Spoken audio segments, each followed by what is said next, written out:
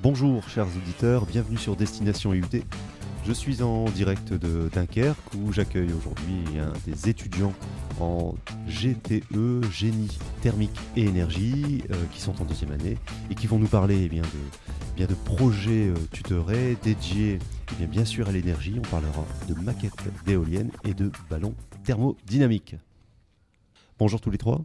Bonjour. Alors bonjour Augustin, bonjour Eman, bonjour Yassim. Bonjour. Merci d'avoir accepté notre invitation pour cette émission de radio où on va parler de vos travaux et de projets que vous avez engagés depuis le début d'année qui doivent vous permettre de mettre en application les cours, les TD que vous suivez en DUT. Vous êtes en deuxième année, on commence par les maquettes d'éoliennes, on prend un petit peu de vent, on suit la force du vent.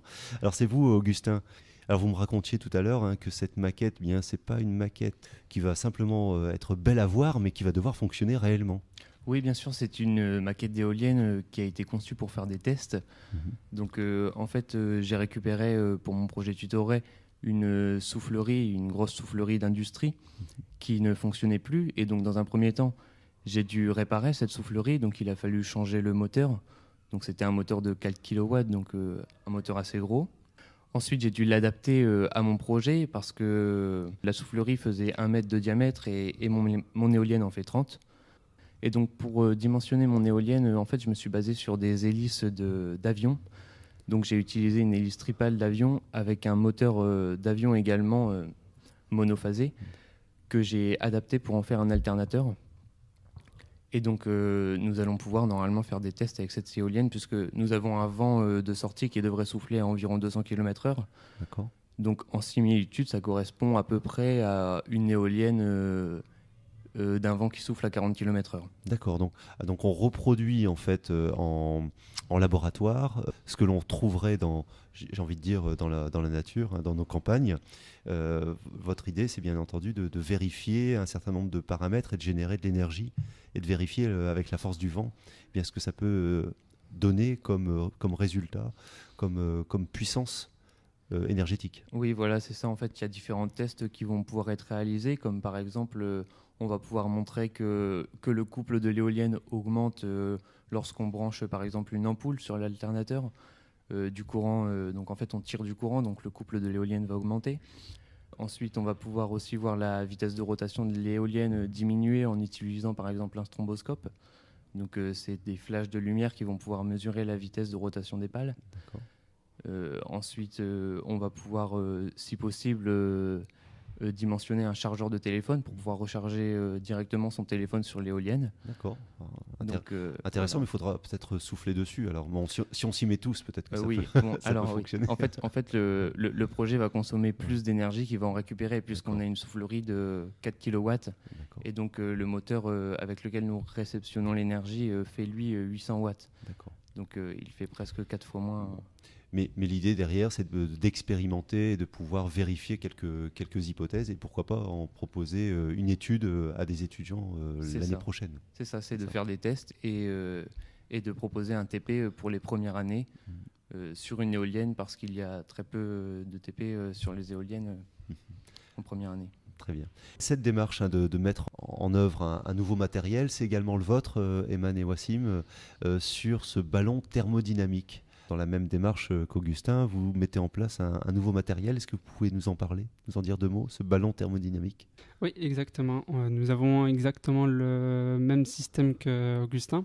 Nous avons récupéré plutôt un ballon thermodynamique d'un IUT qui a fermé récemment à Calais. Oui. Et donc, suite à cela, nous allons faire l'étude fonctionnelle du ballon. Nous allons voir les différents dommages qu'il a reçus à travers le transport, car il a été transporté d'une manière un peu brusque. Il a été allongé alors que toute machine frigo doit être transportée debout. Donc là, le matériel est presque... Vous avez un matériel presque défectueux et vous allez le remettre en état, c'est bien ça ?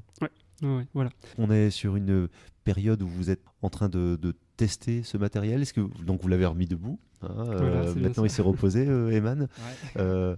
À l'heure actuelle, où est-ce que vous vous trouvez dans les étapes de ce projet ? Du coup, pour le moment, nous avons fini le bâti du ballon. Dans une partie, nous avons commencé l'étude du ballon, avec la puissance du ballon. Puis pour le moment, nous avons fait une pause, car nous avons les soutenances qui approchent. Oui. Puis suite à cela, nous allons réaliser les différents branchements hydrauliques. Et après, derrière, une série d'analyses, comme le fait Augustin pour un peu comme Augustin, nous allons faire éolienne. l'analyse et ensuite un TP pour les prochains étudiants. Donc pour laisser une trace, bien entendu, de votre travail et pour faire en sorte que d'autres étudiants puissent apprendre ce que vous, aujourd'hui, vous êtes en train de manipuler.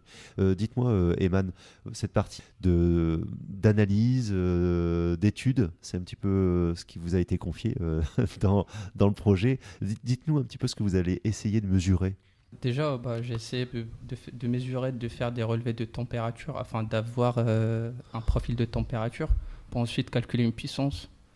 Du coup, je me retrouve avec une courbe de température et après, j'ai calculé une puissance avec une formule qu'on avait tous appris l'année dernière. D'accord. Voilà. Donc là, on est dans la mise en pratique de connaissances toujours de première année. C'est un petit peu ce qui se passe également pour vous, Augustin.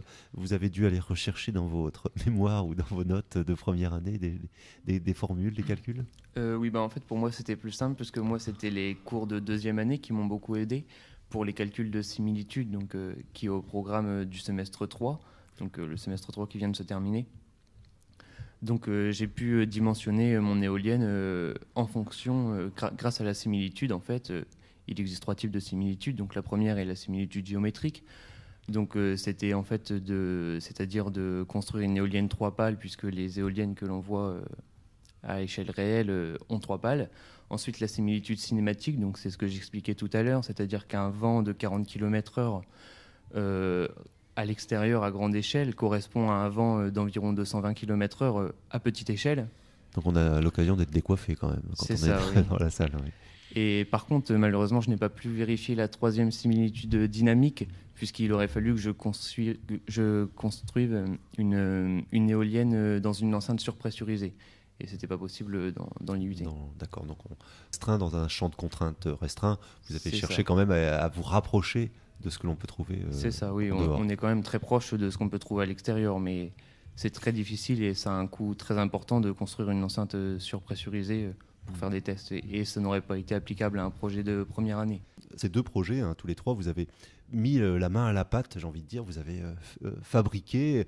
Est-ce que c'est une étape de construction, vous, l'éolienne, Augustin, et Eman et Wassim, vous, le bâti, la structure, la mise en place? Est-ce que c'est un moment que vous appréciez, le fait de réaliser, de monter, de construire? On se base un peu de rien et on doit un peu tout créer. Et la chose, c'est un peu ça en fait. On touche au bâti, on fait un peu du manuel et de la théorie. Du coup, c'est un peu excellent comme projet, car il y a des projets où c'est plus de la théorie, il y a des projets où c'est plus du manuel. Là, c'est un peu des deux et c'est bien comme projet.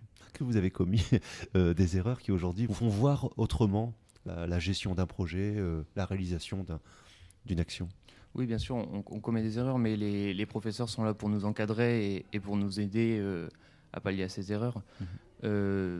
Par exemple, moi j'ai eu des problèmes pour réaliser mes calculs de similitude et un professeur m'a aidé à résoudre mes problèmes.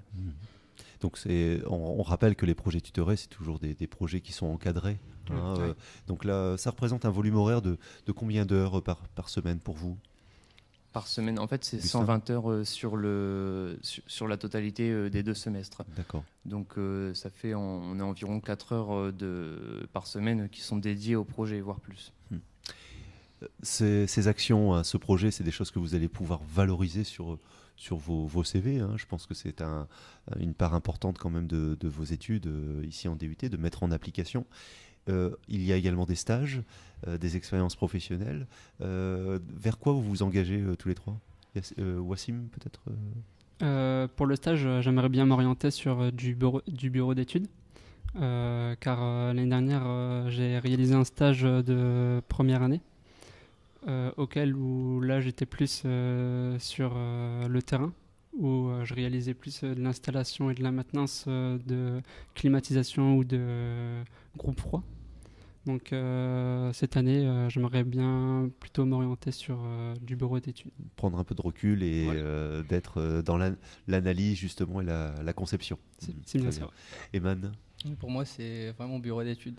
C'est vraiment un truc que je kiffe trop. Et...